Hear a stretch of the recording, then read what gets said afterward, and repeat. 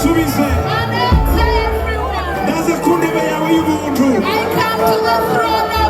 zanye ibyifuzo byose ndakwingiza data mu izina rya Yesu udusubize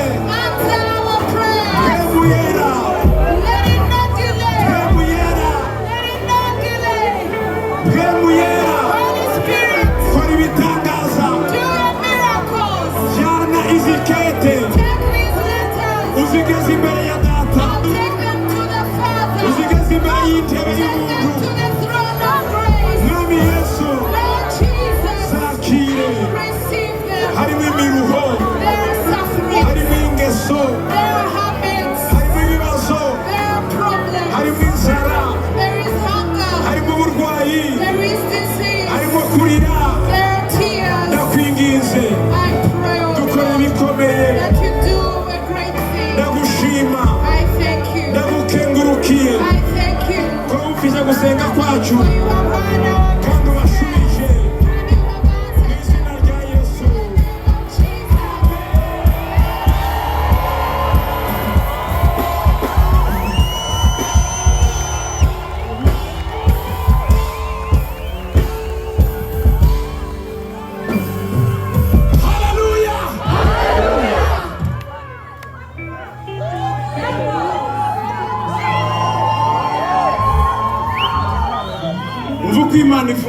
This is what the Lord is saying. I have heard your prayers. I have heard your tears. I have blessed you. I will show you my mercies. You will see my hand.